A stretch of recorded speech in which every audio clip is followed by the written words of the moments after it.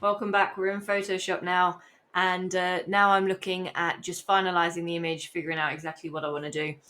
Now the first thing I've got to do is I've got to tidy up. I've got a little bit up here, a little bit over here. I'm just going to use my patch tool, drag and out. You can content aware if you want to.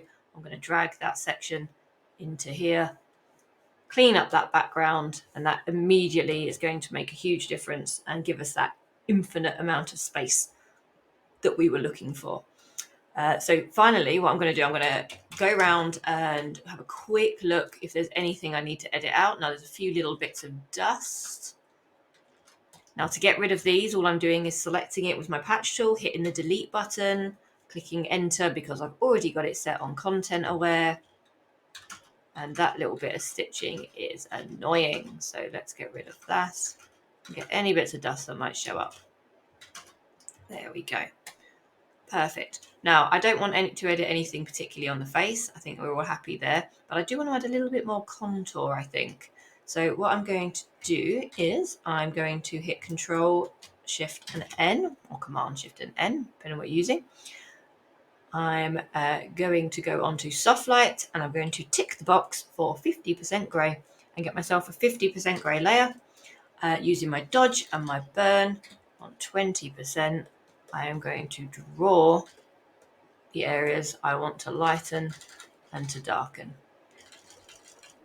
Now I just want under the eyes to glow, slightly under the chin, and I'm going to go into my burn tool and just enhance the shadow that is already there. Pull under the nose, pull under here, and just enhance the shadow that already exists. We've got the pec muscles there, coming right around this way, and just keep drawing. That's why I have 20%, because I can then just keep drawing around the areas I want, and I'm not doing a big solid mark. Now I'm going to go back to my dodge and pull in some areas again, highlight on the cheekbones, coming in there.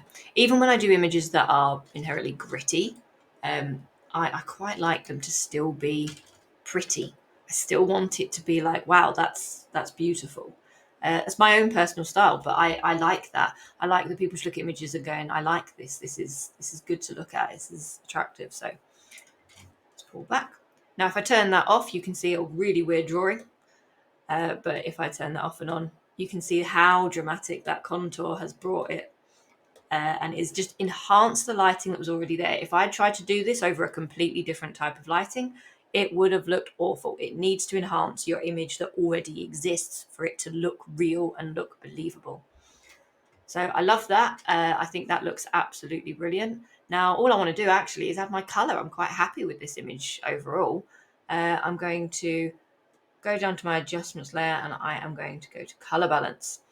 And in my shadows, usually I will go to warm tones, but actually here I'm going to stick with this bottom bar and take my shadows to my blues, and I'm going to take my highlights to my yellows.